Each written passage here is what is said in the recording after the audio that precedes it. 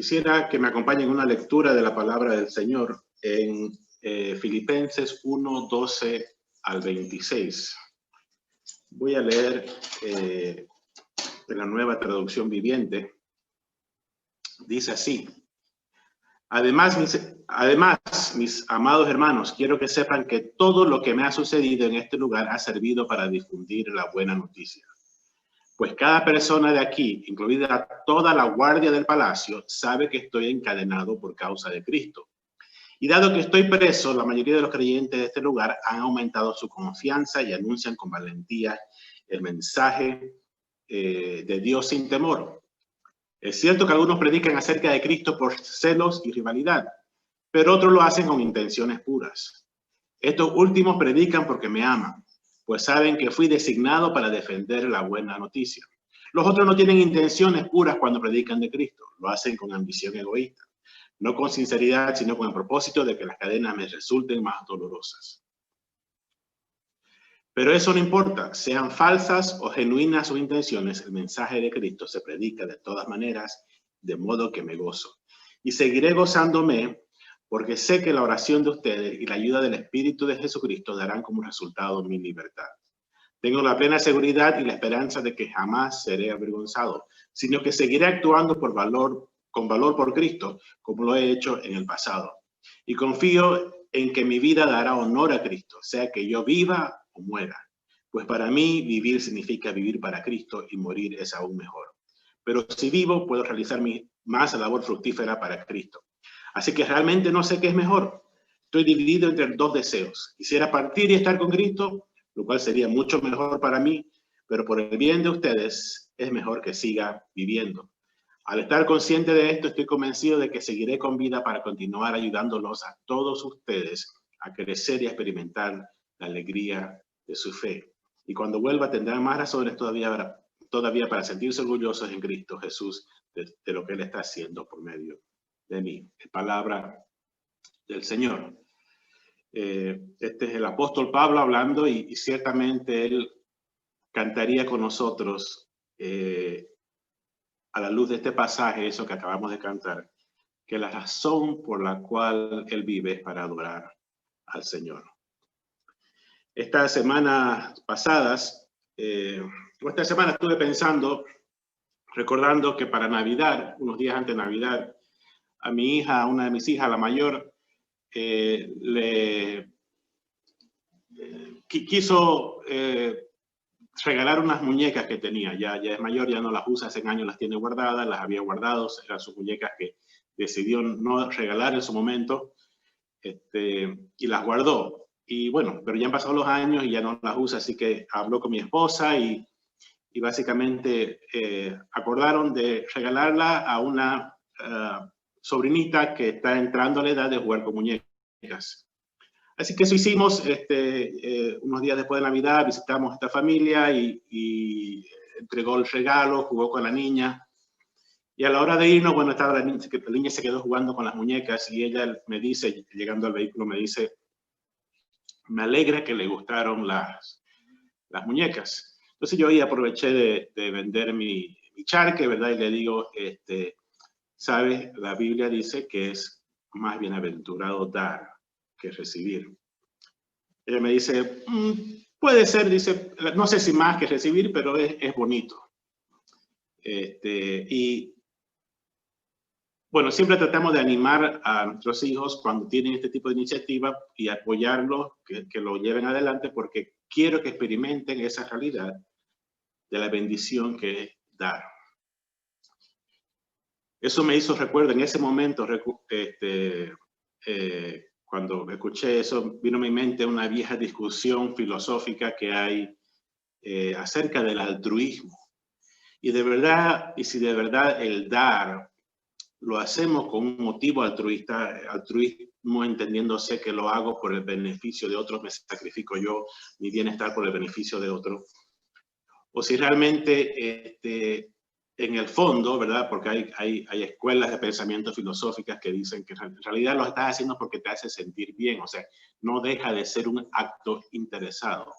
El altruismo supuestamente es de interesado, pero si te hace sentir bien, ¿Acaso no viene a ser un acto interesado? Si lo haces por una recompensa, porque te vas a sentir bien, o aún porque va a beneficiar a la sociedad, y sos parte de esa sociedad, ¿acaso no vuelve a ser un acto interesado? Entonces, bueno, hay una discusión ahí, pensé ese momento, y me acordé de todo este tema esta semana, porque esta mañana y estas semanas queremos entrar en una serie hablando de cosas que queremos que marquen a nuestra iglesia. Comportamientos, estilos de vida que marquen a cada uno de nosotros, que marquen nuestra forma de vivir la vida. Esto no son un programa en particular, no son planes, no es parte de nuestro credo propiamente, no son el propósito de la iglesia. Todas estas cosas hemos estudiado en el estudio que estamos haciendo los días jueves. Pero estas son cosas que deberían marcar nuestro estilo de vida, deberían marcar nuestro comportamiento, deberían marcar nuestra iglesia. Y la primera que quisiera hablar esta mañana es lo que hemos llamado pasión por agradar a Dios. Pasión por agradar a Dios. Quisiéramos que nuestras vidas, que nuestro comportamiento, que nuestro estilo de hacer las cosas, que desde nuestro estilo de alabar, nuestro estilo a llevar las clases, nuestro estilo a enseñar, se refleje, se muestre pasión por agradar a Dios. Ahora, ¿qué es pasión por agradar a Dios? Lo hemos definido así: la disposición que nace de reconocer a Dios, entender la obra y dimensión de su amor por nosotros y la plena convicción de que en su propósito está la máxima expresión, realización y satisfacción de nuestras vidas. Un poco largo, se lo voy a pasar por escrito, pero porque quisiera que lo tengan por escrito y lo piensen un poco y lo mediten, pero la idea de esta mañana es precisamente desempaquetar esto un poco. Esta pasión por agradar a Dios. Suena algo altruista, ¿verdad? Y quiero que exploremos un poco en ese sentido. Dos preguntas. ¿Cómo se agrada a Dios? ¿Cómo hacemos para agradar a Dios? Y por otro lado, ¿cómo lo hacemos con pasión? ¿Cómo con pasión buscamos agradar a Dios? Entonces, yendo al primer punto, ¿cómo se agrada a Dios?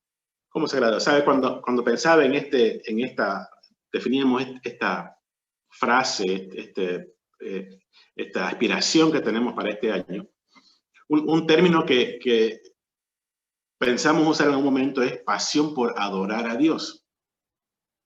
Y adorar a Dios es lo mismo que agradar a Dios. Agradar a Dios es adorar a Dios. Cuando agradamos a Dios, estamos adorando a Dios. Cuando adoramos a Dios, estamos agradando a Dios. Lo hemos estudiado muchas veces, lo hemos dicho aquí. Uno de los propósitos centrales de la iglesia es la adoración a Dios. Es adorar a Dios. Ahora, no quise usar el término pasión por adorar a Dios porque, de alguna manera, en nuestra realidad cultural, suena a pasión por estar cantando, pasión por estar en un estado de medio místico, de estar cantándole a Dios, y adorar es mucho más que eso. Adorar tiene que ver con todo aspecto de nuestra vida. Con toda nuestra vida, con toda nuestra labor, podemos adorar a Dios. Podemos agradar a Dios. Entonces hemos optado por esta frase y queremos que se entienda bien. Es pasión por agradar a Dios. Ahora, ciertamente estamos hablando de un tema amplio en la Biblia. ¿Cómo se agrada a Dios? Bueno, es lo que hablamos todos los domingos, lo que hablamos en todos nuestros estudios, lo que vemos cuando abrimos las Escrituras. Cómo agradar a Dios. Entonces, difícilmente lo podemos compactar todo en una sección de un tema dominical. Entonces, permítame hacer un resumen esquemático muy breve que creo que nos va a ser útil para nuestro segundo enfoque, que es la pasión para agradar a Dios. Si vamos al libro de Hebreos, capítulo 11, encontramos este hermoso pasaje donde el escritor, el pasaje, nos habla acerca de la importancia de la fe. ¿Qué es la fe y la importancia de la fe? Cómo la fe juega un rol en toda nuestra vida. Y empieza a hablar de personajes, ¿verdad? Cómo ellos han actuado y han alcanzado renombre por la fe. Y habla de Abel, y habla de Enoc, y habla de Noé y de Abraham.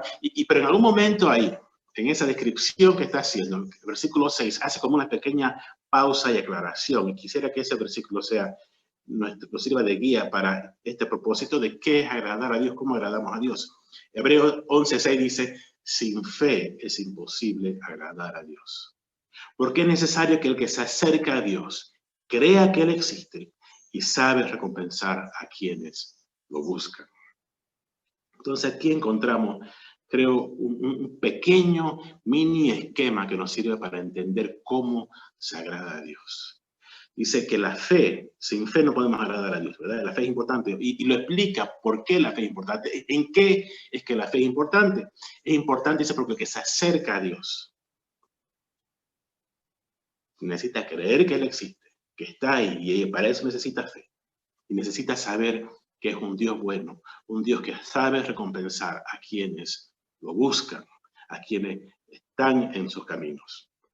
Entonces aquí quiero sacar tres elementos, de estos dos obvios y un implícito que hay más ahí. El primer elemento que agrada a Dios, como agradamos a Dios, es reconociendo a Dios. Es reconociendo a Dios. ¿Qué es reconocer a Dios? Es darnos cuenta que Él existe, darnos cuenta de su realidad. Es que nosotros seamos conscientes de Él. Ahora, Dios nos ayuda, ¿verdad? A través de esto, dándonos su revelación, revelándose a nosotros. Y en nuestra comprensión cristiana entendemos que hay varias formas en que Dios se revela a nosotros. Y la primera es su revelación general, que Dios se ha revelado de manera general a todo el mundo, a todas las personas, en todos los tiempos.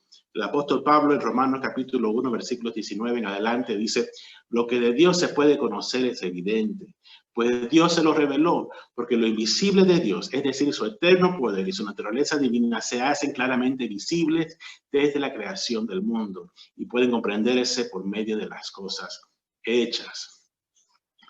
Entonces, el apóstol está hablando acerca de por qué las personas, digamos, el juicio viene sobre las personas, dice, porque nadie puede decir que no tenía conocimiento que existe un Dios, porque Dios se reveló en la creación y el hombre sensato puede ver y ha visto a Dios en la creación. Entonces, el primer elemento en que nos reconocemos a Dios es mirarlo en su creación. Podemos asumir la actitud que hacen muchos de decir, ¿sabe qué? No me vengan con esas cosas, no me interesa, yo me dedico a hacer dinero, a buscar poder, a buscar placer, y ni quiero mirar ese aspecto del mundo, digamos. O puedo agarrar y parar y mirar el mundo, mirar los cielos, mirar la belleza, mirar la creación, mirar la dulzura del amor, mirar el dolor del pecado, de la maldad, y decir, tiene que haber algo más.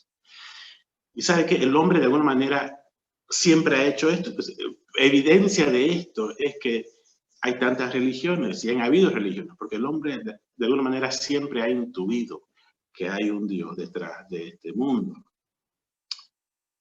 Entonces Dios se alegra en que podamos reconocerlo en su revelación general, en las cosas hechas.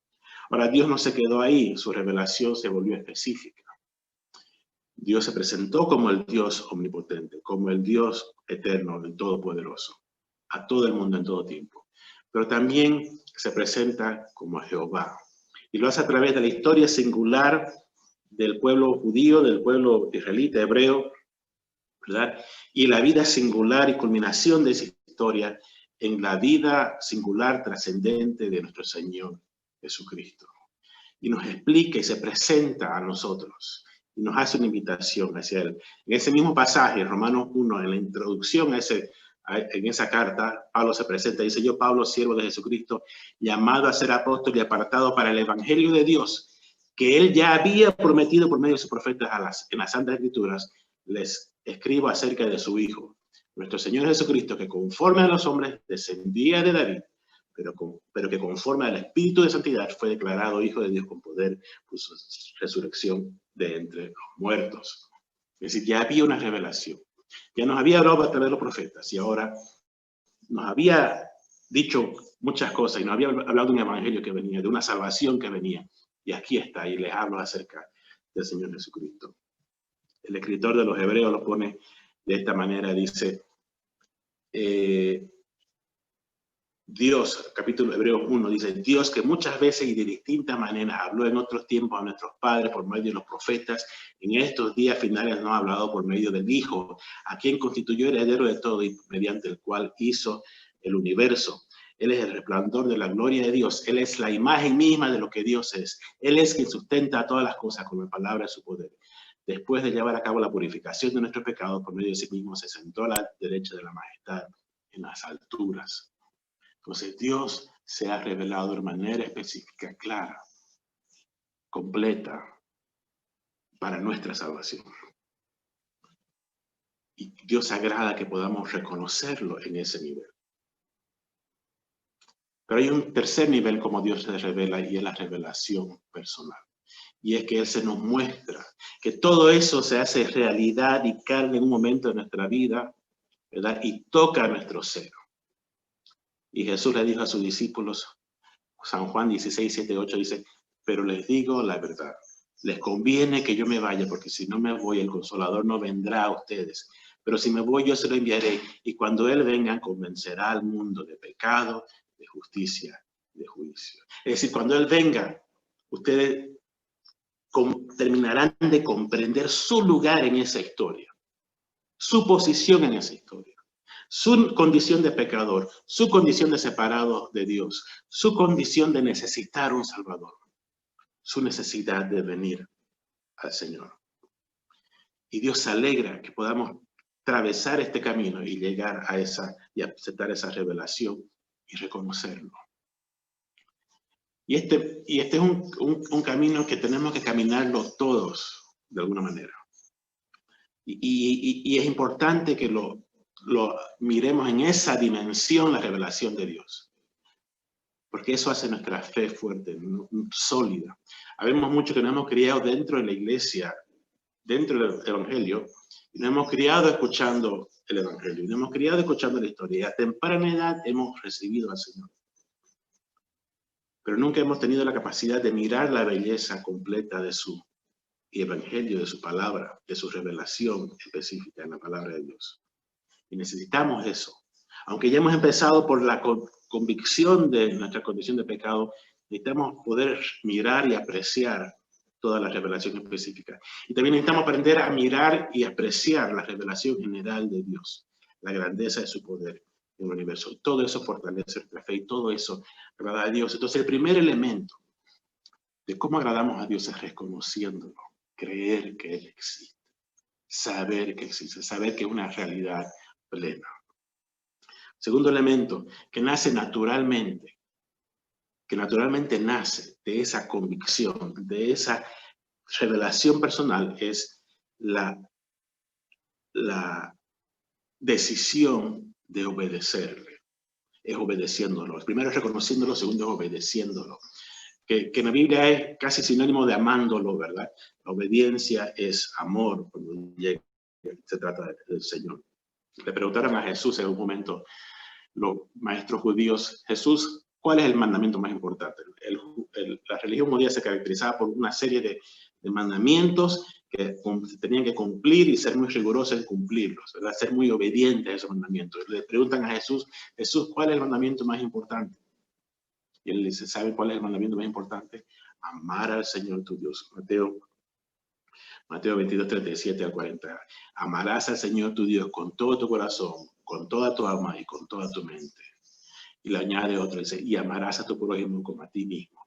De estos dos mandamientos dependen toda la ley y los profetas. De estos dos mandamientos se resumen toda la obediencia, amar a Dios. Entonces, cuando se trata de Dios, amarlo es obedecerlo. Obedecer lo que es amarlo. Jesús le había dicho a sus discípulos en algún momento, le dijo, el que tiene mis mandamientos y los obedece, ese es el que me ama. Y el que me ama será amado por mi Padre, y yo lo amaré y me manifestaré a él.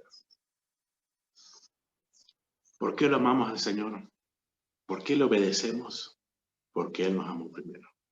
Porque que hemos entendido en ese momento de reconocerlo, nuestra condición y su salvación y su santidad y el camino que Él ha provisto para reconciliar nuestra condición con su persona.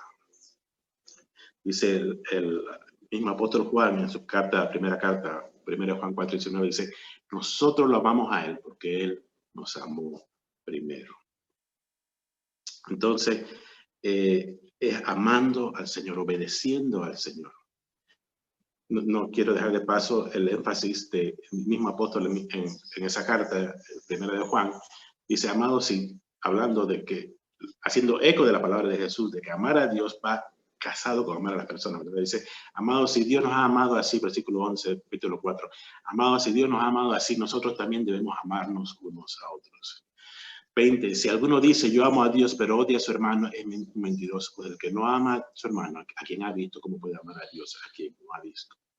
Entonces, la obediencia es como agradamos a Dios. Aquí incluyo un elemento más en la obediencia, porque a veces la obediencia se nos queda la idea de normas que cumplir, cierto comportamiento, cierta forma de hacer las cosas. Pero no es simplemente la forma en que hacemos las cosas, sino es las cosas que hacemos también. Es decir, la obediencia a Dios es cumplir sus propósitos también. En la carta a los Efesios, capítulo 2, versículos 8 a 9, dice que la gracia, ¿verdad?, es un regalo de Dios. Y dice de esta manera, nosotros somos hechura suya, hemos sido creados en Cristo Jesús para realizar buenas obras, las cuales Dios preparó de antemano para que vivamos de acuerdo con ellas. Es decir, no es solo cuestión de cómo hacemos las cosas, sino es las cosas en que invertimos nuestra vida. Fuimos salvados para hacer buenas obras. Buenas obras que Dios preparó de antemano. Y una de las cosas que quisiéramos como comunidad, como iglesia, es que todo lo que hacemos estén marcados en estas cosas que Dios quiere y ha designado que nosotros hagamos. Que hagamos como iglesia, que hagamos como personas cada uno de nosotros, que seamos parte de las buenas obras que Él preparó para cada uno de nosotros. Entonces, reconociéndolo, obedeciéndolo, tercer elemento, buscándolo.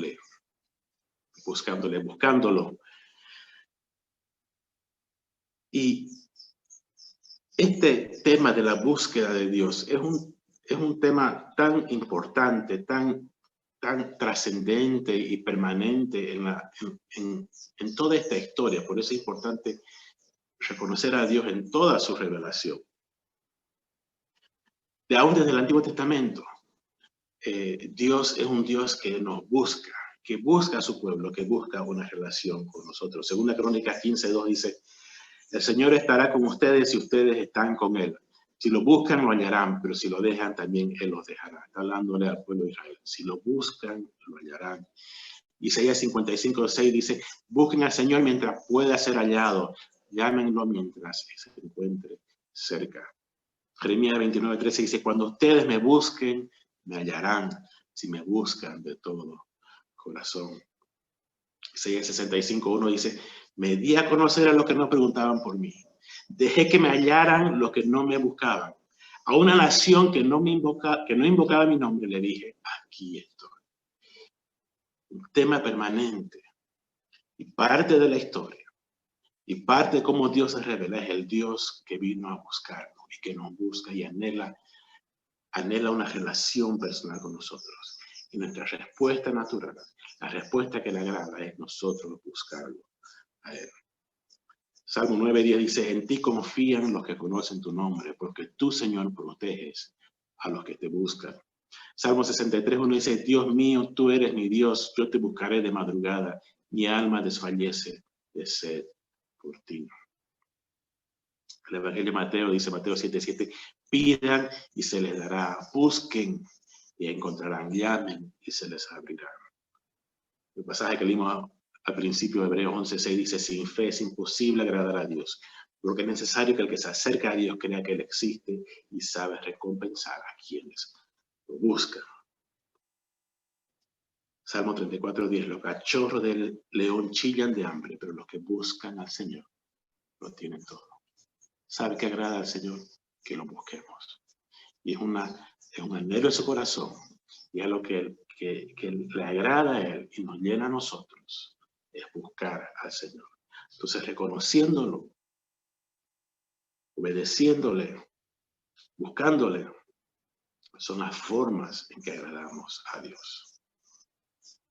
La pregunta es, ¿cómo lo hacemos con pasión? ¿Cómo se hace con pasión?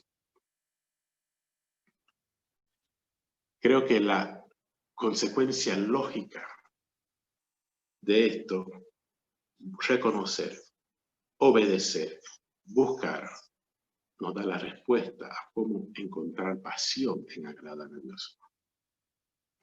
¿Sabe? Hablando del buscar, cuando hablamos de buscar a Dios, no quisiera que quede la idea de algo místico propiamente. Buscamos a Dios en su palabra, en su revelación, ¿verdad? La Biblia es precisamente la revelación específica de Dios, está escrita ahí, y ahí buscamos a Dios.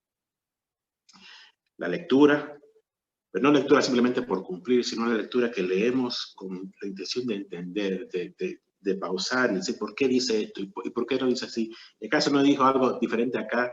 O, creo que leí algo similar acá. Es decir, hay una meditación, hay una lectura, hay una meditación, y hay oración, hay preguntas. Le pregunto a Dios, ¿qué entiende? Ayúdame a entender, no entendí esto. Hay un diálogo. Pero tampoco se queda ahí, sino que pasa una práctica. Y la práctica completa el ciclo de la búsqueda del aprendizaje. Es como que yo le doy una receta, ¿verdad? Yo puedo dar la receta para mi famoso rollo de canela, por decir. Y usted lo puede leer y decir, no le gusta mucho, no le gusta mucho el dulce. Dice, ya yo la leí, digamos, por educación conmigo, pero ahí está. Ahora, si le gusta, si le interesa, la va a leer con detenimiento. Va a decir, ¿y qué es este ingrediente? Mira, ¿y cuántas gramos son tales tazas, verdad? Es decir, ya hay una meditación, hay un interés, y empieza un diálogo, y empiezan preguntas. Entonces, así se lee la palabra de Dios, así se busca a Dios. Y es más, cuando la empiezo a hacer la receta, van a subir otras preguntas. Y resulta, oye, no me levantó esto. Y mira, esto no funcionó así. Ay, mira, no había tenido esto, ¿qué puedo usar para responder? Es decir, la práctica nos lleva otra vez a la lectura y es un círculo virtuoso de aprendizar y conocer al Señor. Y ahí es donde conocemos, ahí es donde nos formamos. ¿Sabe? Yo he aprendido, me gusta cocinar, nunca he tomado un curso de cocinar.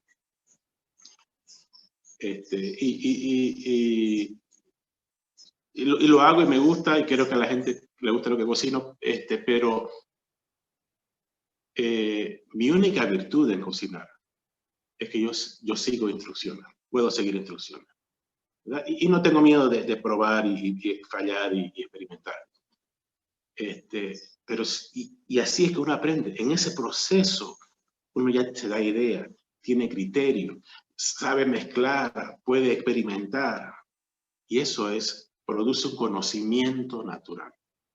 Entonces, ¿cómo logramos pasión para agradar a Dios? La logramos conociéndolo. Lo reconocemos, le obedecemos, lo buscamos y como consecuencia lo conocemos.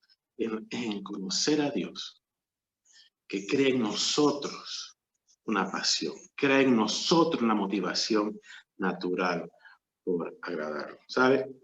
Cuando yo era joven y hermoso y buen mozo, antes de conocer a mi esposa actual, tuve unos 6, 7 años de solterío, que los disfruté mucho y me cuidé, digamos, y traté de hacer las cosas bien. Y una de las cosas que hacía era que pensaba en mi esposa, que iba a hacer algún momento, y una de las cosas que hacía era orar por ella. Oraba por ella como un principio, porque escuché que era bueno, porque sonaba bueno, porque era buena idea, es decir, era una buena estrategia, si se quiere. No diré que oraba todos los días o todas las semanas, oraba aún cuando le aconsejaba a mis amigos a orar por sus esposas, yo decía, internamente yo decía, no, hace rato que no oro por la mía, entonces oraba, digamos, y ponía esa área de mi vida en manos de Dios. Cumplía, era una buena estrategia. Pero, ¿sabe? Cuando la conocí a la susodicha que iba a ser mi esposa, las cosas cambió. De repente ya no era tan esporádica la oración, era un poco más intensa, era un poco más dirigida. Ya oraba cosas más específicas para que me vaya bien, ¿verdad? Para no cometer errores, para no decir algo tonto. Me esforzaba un poquito más en mi vestir, en cómo yo era. Es decir, el conocer el objeto de nuestra oración, si se quiere, de la relación, cambia todo, ¿verdad? Porque ya no era una esposa allá en el futuro, ya tenía carita, ya tenía carnecita, ¿verdad? Ya era alguien en particular, y eso lo cambia todo, el conocer a la persona. Y con Dios, conforme lo conocemos y lo experimentamos, se nos hace más fácil y natural agradarnos en Él y por lo tanto agradarlo a Él. Buscar naturalmente agradarlo a Él.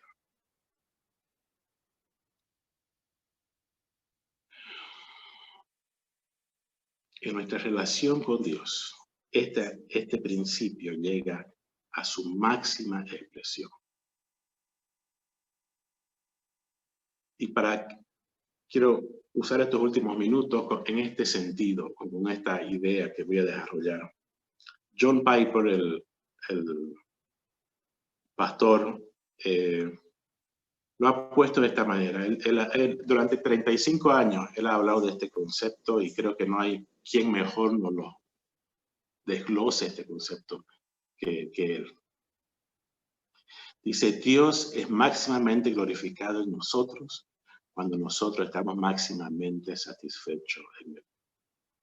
Esa es la frase sobre la cual él ha girado su ministerio durante los últimos 40 años. Él lo llama, él le ha puesto un nombre un poco controversial, lo llama hedonismo cristiano, ¿verdad? Hedonismo cristiano. Si ustedes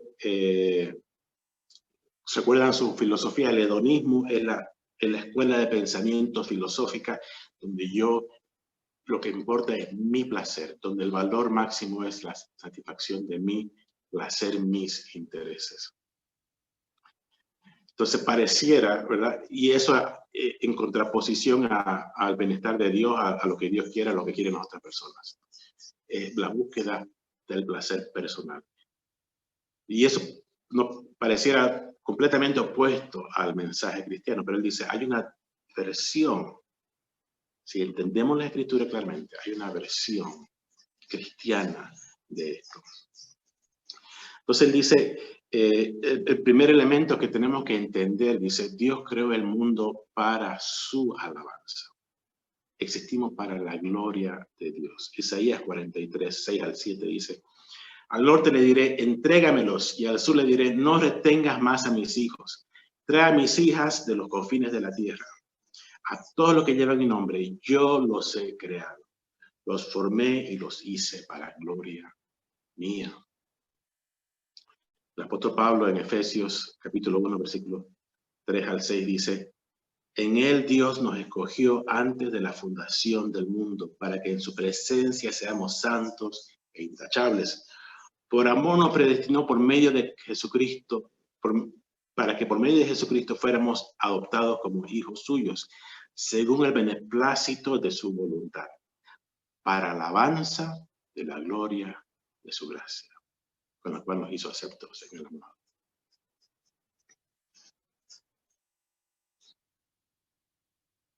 Existimos para la alabanza de Dios. Ahora, aquí hay un problema. Y es un problema que Piper lo ve, lo he visto yo y lo ve mucha gente.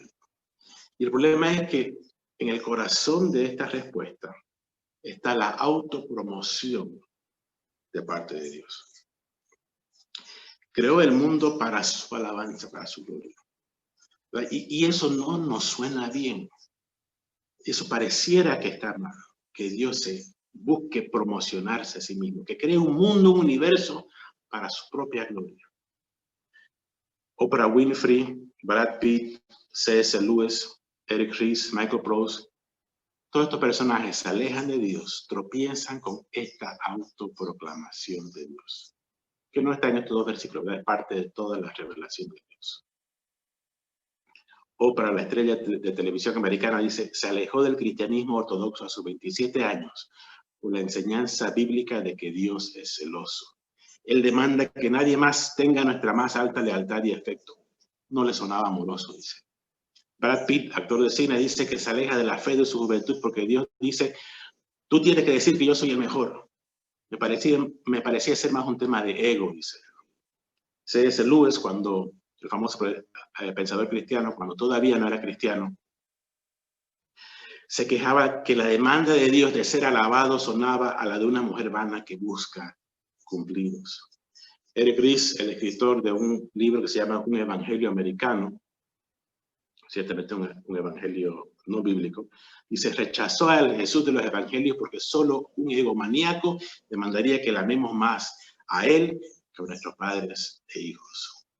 Michael Proust, el columnista del London Financial Times, un periódico inglés, se alejó porque solo tiranos hinchados de orgullo hambrean adulación.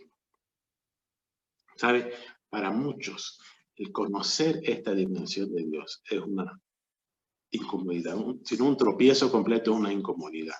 No saben reconciliarlo, ¿verdad? Con una ética que hemos aceptado, adoptado culturalmente, no la hemos terminado de comprender, pero más o menos tenemos el sentido, ¿verdad? De la humildad, del darnos por otros, de ceder el lugar. Y aquí está Dios, queriéndolo todo para Él. Y es un problema para muchos. Esta autoexaltación la ven inmoral y poco amorosa. No sé si usted se identifica con eso en algún momento o se ha identificado. A mí hay gente que me ha preguntado precisamente por este tema. ¿Por qué Dios, si es un Dios que todo lo tiene, todo lo puede, por qué exige, demanda nuestra alabanza? Entonces John Piper dice, en el hedonismo cristiano encontramos la respuesta. ¿Verdad? En esta verdad, esto que dijimos, que no hay, que cuando Dios más se glorifica en mí, es cuando yo estoy más satisfecho en Él. Si eso es verdad, si esa declaración es verdad, entonces no hay conflicto. Él lo pone de esta manera. De hecho, no solo no hay conflicto entre tu felicidad y la gloria de Dios, sino que su gloria brilla en tu felicidad. Cuando tu felicidad está en Él, y dado que Dios es la fuente de nuestra mayor felicidad, y dado que Él es el mayor tesoro del mundo, y como su gloria es el regalo más satisfactorio que podríamos jamás darnos, por lo tanto, la cosa más amable y amorosa que podría hacer, revelarse a nosotros, magnificarse a sí mismo y reivindicarse a sí mismo para nuestro disfrute eterno, dice el Salmo 16:11, en vuestra presencia hay plenitud de gozo, a tu derecha hay placeres para siempre. Entonces, lo que él está diciendo es, Dios es aquel ser para quien la autoexaltación es el acto más amoroso. Porque está exaltando para nosotros aquella cosa única que puede satisfacernos plenamente y eternamente, el mismo. Si nos exaltamos nosotros, a nosotros mismos, no somos amorosos, porque estamos distrayendo a la gente de la única persona que puede satisfacerlos y hacerlos felices para siempre, Dios mismo. Pero si Dios se exalta a sí mismo, llama la atención a la única persona que puede hacernos felices para siempre, a Él mismo. No es un egomaníaco, es un Dios infinitamente glorioso, totalmente satisfactorio, que nos ofrece gozo eterno y supremo en sí mismo. Entonces esa es la solución a nuestro problema. Esa es la solución a esta cuestión, de vaciar nuestra vida en alabanza y el servicio de Dios. Entonces podemos responder a Oprah, no Oprah, si Dios no estuviera celoso por tus afectos, sería indiferente a tu miseria final. No Brad Pitt, si Dios no exigiera que lo veas como el mejor, no le importaría tu felicidad suprema. No, señor Lewis, Dios no es humanidoso al exigir tu alabanza hacia Él. Esta es su virtud más alta y tu mayor alegría. No, Eric Ries, si Jesús no reclamara más amor que tus hijos, estaría dejándote vendido tu corazón a lo que no puede satisfacerte para siempre. No, Marco Proust, Dios no anhela tu adoración, Él la ofrece como tu mayor placer. Dios es más glorificado en ti cuando estás más satisfecho en Él. El designio de Dios para perseguir su propia gloria resulta ser amor. ¿Verdad? Y nuestro deber de perseguir la gloria de Dios resulta ser una búsqueda de gozo. Esa es la solución al problema de la autoexaltación de Dios. Dios es la única persona en que su autoexaltación es el mayor gozo. Donde su glorificación, su magnificación es lo que me trae mayor gozo para la eternidad. Ahora, Piper dice, él en su juventud, ¿verdad? En un momento percibe esto en los escritos de C.S. Lewis propiamente. Y C.S. Lewis lo describe de esta manera. Y esto nos ayuda un poquito a abrir los ojos de cómo la alabanza, cómo el vaciarnos en alabanza hacia otros, en adoración a otros, en el buscar del bienestar de otros, en agradar a otros, es parte de nuestra propia satisfacción. C.S. Lewis en sus reflexiones sobre los salmos, hablando de cómo él va descubriendo por qué la demanda de Dios de que lo alabemos no es algo vano, dice de esta manera, el hecho más obvio sobre la alabanza, ya sea de Dios o de cualquier otra cosa, se me escapó extrañamente. Dice, lo consideraba en términos de cumplido, de aprobación o entrega de honor. Nunca me había dado cuenta de que todo disfrutar espontáneamente se desborda en elogios, a menos que, dice, la timidez o el miedo a aburrir a los demás lo frenen. Pero dice, naturalmente, si nos damos cuenta, todo disfrute desborda en elogios, desborda en alabanza. El mundo se tumba con elogios. Amantes alabando amantes, lectores a sus poetas favoritos, caminantes alabando el campo, jugadores alabando su juego favorito, elogios del clima, vinos, platos, actores, motores, caballos, colegios, países, personajes históricos, niños, flores, montañas, sellos raros, escarabajos, incluso a veces a políticos o académicos. No me había dado cuenta de cómo las mentes más humildes, al mismo tiempo más equilibradas y capacitadas, alaban más, mientras que los cascarrabias, los inadaptados y los descontentos alaban menos. En otra parte dice, tampoco me he dado cuenta de que así como los hombres elogian espontáneamente lo que valoran, así espontáneamente nos instan a unirnos a ellos para elogiar. ¿No es encantadora? ¿No fue glorioso? ¿No te parece magnífico? Los salmistas, al decirles a todos que alaben a Dios, están haciendo lo que todos los hombres hacen cuando hablan de lo que les importa. Mi dificultad general sobre la alabanza a Dios dependía de que yo absurdamente nos negaba en lo que respecta a lo supremamente valioso, a decir Dios, lo que nos deleitamos en hacer, lo que de hecho no podemos dejar de hacer con todas las demás cosas que valoramos. Creo que nos deleitamos en elogiar lo que disfrutamos porque el elogio no solo expresa, sino que completa el disfrute. Es su consumación designada. No es por cumplido que los amantes siguen diciéndose unos a otros lo hermosos que son. El deleite es incompleto hasta que se expresa.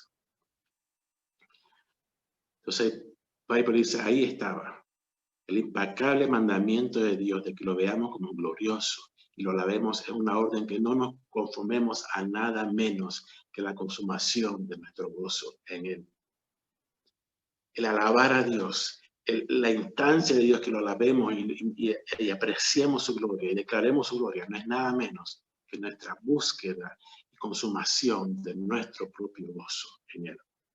La alabanza no solo es la expresión, sino la consumación de nuestra alegría, en lo que es supremamente agradable, es decir, Dios. En su presencia está la plenitud de la alegría, a su derecha hay placeres para siempre. Salmo 16. Al exigir nuestros elogios, está exigiendo la llenura total de nuestro placer. Dios es máximamente glorificado en nosotros cuando nosotros estamos máximamente satisfechos en Él. C.S. Lewis dice en otra de sus obras, ¿se acuerdan que para el aniversario de C.S. Lewis leímos un mensaje de C.S. Lewis que se llama el peso de la gloria?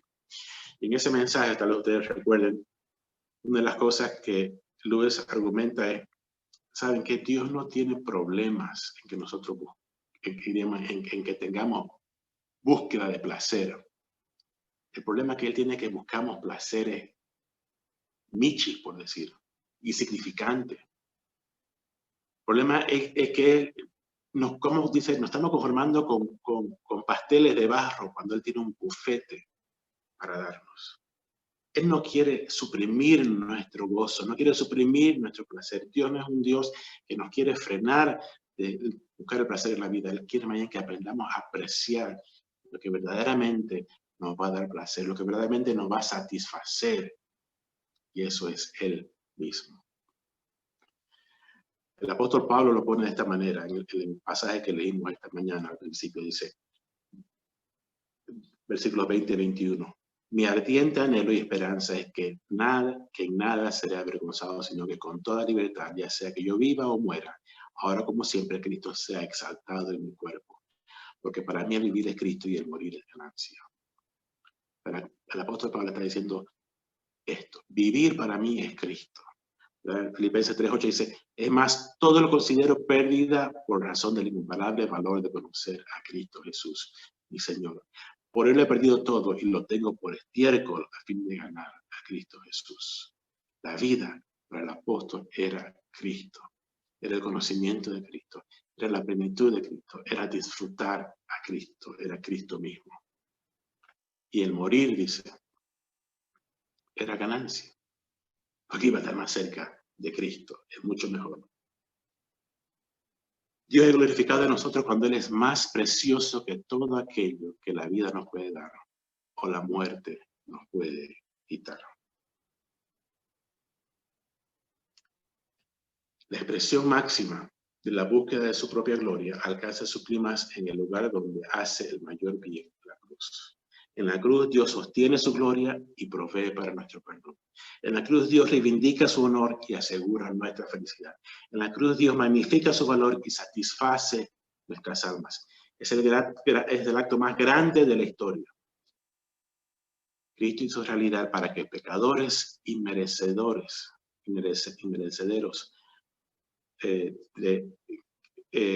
Dios pueda ser máximamente glorificado en nosotros, a nosotros ser máximamente satisfechos en Él. ¿Sabe? El encontrar nuestro placer en Dios, cuando lo llegamos a conocer, lo cambia todo. Va a ser la fuente de pasión para nuestras vidas, para vivir y marcar nuestra vida, para agradarlo a Él. Va a cambiar la forma en que lo miramos y lo reconocemos. Va a cambiar la forma en que lo buscamos. Va a cambiar la forma en que le obedecemos. Las cosas se ven diferentes, toman un tono diferente. Ya cuando vamos a dar fe, cuando hablamos de testimoniar de nuestra fe, ya no es simplemente un tratar de persuadir con argumentos, sino es apuntar a un tesoro. Dice la Biblia que el reino de los cielos es como un hombre que encuentra un tesoro y lo esconde, ¿verdad? El reino de los cielos es un tesoro. Y ya nuestro mensaje ya no es simplemente razonamiento lógico, deducciones racionales de por qué tenemos que ser salvos, sino es el apuntar a algo valioso, un tesoro, con toda mi pasión. El dinero, ¿verdad? El dinero cambia, cómo manejo el dinero. Ya no pensamos, ya la forma en que manejamos el dinero es diferente. Ya esta idea de que más bendecido dar que recibir, que mencionamos al principio, ¿verdad? El apóstol Pablo dice, cada uno debe dar como ha decidido en su corazón, no a regañadientes, bajo compulsión, porque Dios ama a un dador alegre. Es decir, el motivo para ser una persona generosa es que expresa y expande nuestra alegría en Dios. La búsqueda de la alegría más profunda es la búsqueda de dar y no recibir. Entonces, esta discusión filosófica del altruismo, de que si damos es porque queremos aparentar, ¿verdad? Y lo vemos, eso puede ser verdad, lo vemos a los políticos. Recuerdan la pandemia, los políticos repartiendo cosas y filmándose dando y repartiendo cosas. A veces damos por sentirnos mejor, y lo vemos esto en criminales, la historia ahí de los narcotraficantes, que como compran y regalan cosas para ganarse a la gente. Y de alguna manera dan, y aún dan para calmar su culpa, ¿verdad? Para sentirse mejor. A veces damos por compadecernos, porque nos compadecemos con otros, aunque igual al final nos hace sentir mejor. Muchas personas dan así. Pero cuando conocemos a Dios, podemos dar porque expresa y expande nuestra alegría en Dios. Y esa alegría más profunda al dar que al recibir. Tal vez aquellos que dicen que en el altruismo hay en el fondo una motivación egoísta, tal vez tengan algo de razón. Pero es cuando la motivación es Dios mismo, que ese egoísmo apunta, ¿verdad?, a nuestra satisfacción en Dios, y ese egoísmo rebota y refleja amor en toda dirección, en amar a nuestro prójimo, en amar al Señor, en amar su palabra, en buscar el bien de los demás. Podemos practicar un altruismo. El cristiano que conoce a su Señor es el cristiano que realmente puede aprender a dar de manera completa y puede abrazar con pasión este propósito de agradar a su Señor. Terminemos con una palabra de oración. Padre amado, gracias por este tiempo y gracias por tu palabra. Gracias porque tú nos desafías, Señor, a conocerte, a buscarte, Señor. Porque entendemos que ahí hay un tesoro que inescrutable para nuestro razonamiento, para nuestro pensar, Señor. Que solo lo vamos a poder dimensionar y empezar a disfrutar, Señor, en tu presencia misma, Señor. Padre amado, gracias porque aún podemos empezar a conocerlo y disfrutarlo y gozar de los beneficios de tu presencia y tu gloria y tu obra por nosotros, Señor, en esta vida. Señor, guíanos a toda verdad, guíanos hacia ti, Señor. Haz que nuestro gozo apunte y se complete en ti, Señor. Que esta sea una realidad para cada uno de nosotros, Señor. Oramos en el nombre de Cristo Jesús. Amén.